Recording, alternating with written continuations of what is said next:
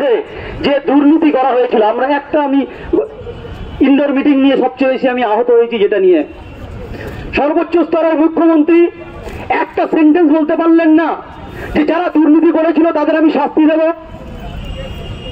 একটা সেন্টেন্স উনি বলতে পারলেন না, যারা দুর্নীতি করেছিল তাদের আমি শাস্তি দেব। এটা বলতে ওনাকে কে বাধা দিয়েছে? এটা বলতে ওনাকে কে বাধা দিয়েছে? আর এত বড় বাধা যেটা ওনার নিজের বিবেকের বাধা অতিক্রম করতে পারলো না। একটা ছোট্ট বিবেকের তাড়না দিয়ে উনি বলতে পারতেন যে বা যারা দুর্নীতি করেছে তাদের শাস্তি দেব। প্রথম কথা যদি থাকতো ইন্ডোর স্টেডিয়ামে এটাই থাকতো। আমরা সেটা শুনলাম না, আমরা বরং উল্টো শুনলাম। যেখানে আমরা শুনতে চেয়েছিলাম যোগ্যদের লিস্টটা ওখানে পাবলিশ হবে, আমরা শুনতে চেয়েছিলাম আইনি প্রক্রিয়ায় যোগ্যদের পাশে থাকা হবে, আমরা শুনতে চেয়েছিলাম দুর্নীতির বিরুদ্ধে যুদ্ধ করা হবে, আমরা শুনতে চেয়েছিলাম যে বা যারা টাকা চুরি করেছে তাদেরকে আইনে আওতায় আনা হবে। আমরা উল্টো শুনলাম না, যোগ্যদের কথা শোনার পর আমরা অযোগ্যদের নিয়ে মিটিং করব।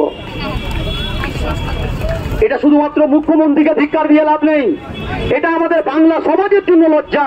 যেখানে অযোগ্য শব্দটা ইউজ করা হচ্ছে সেখানেও বলা হচ্ছে ওদের সঙ্গে মিটিং করব, দেখি কিভাবে কি করা যায়। আজকের 9 বছর 8 বছর ধরে যে সমস্ত ব্যক্তিরা তাদের শ্রম দিয়ে 8 বছর আগে, এখন যদি কেউ এমবিবিএস ফার্স্ট ইয়ার পড়ে, এখন যদি কেউ আপনার ইঞ্জিনিয়ারিং ফার্স্ট ইয়ার পড়ে, 8 বছর পরে সে উচ্চ মাধ্যমিক, 8 বছর 7 বছর আগে 5 বছর আগে সে উচ্চ মাধ্যমিক পড়েছিল।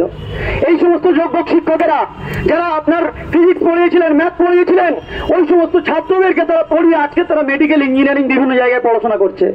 আপনি কি বাতিল করতে চাইছেন?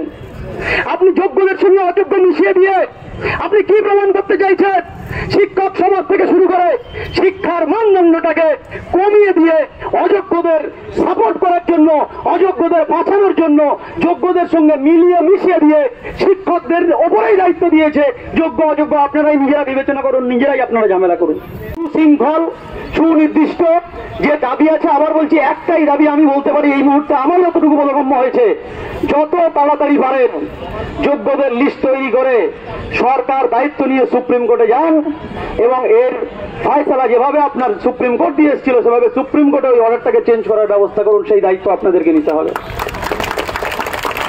আর বাকি বাচ্চারা আগে বললেন ইএমআই থেকে শুরু করে যে সমস্ত সরকারি সুবিধা, যে সমস্ত আপনাদের ক্ষতির জায়গার সম্মুখীন তৈরি হয়েছে সেগুলো সরকারকে দায়িত্ব নিতে হবে।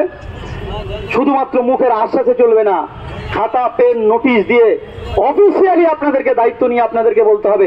দায়িত্ব নিয়ে মুখে বলতে যান, আপনি স্কুলে যান, কে মানা করেছে? অফিসিয়াল অর্ডার বার করুন নবান্ন থেকে যে শিক্ষকরা স্কুলে যান, যা দায়িত্ব আমার। যদি সরকার হয়ে এই দায়িত্বটা না নিতে পারেন তাহলে মুখে আপনার বলে কোনো লাভ নেই। আপনি বোকা বানান গ্রামে গঞ্জে যে সমস্ত ব্যক্তিরা 1 প্লেট বিরিয়ানি আর 1 প্লেট মদের জন্য তারা আছে, তাদেরকে গিয়ে বোকা বানান। শিক্ষক সমাজ অনেক উপরে আছে, ইভেন 14 তলা নবান্নের উপরে আছে শিক্ষক সমাজ।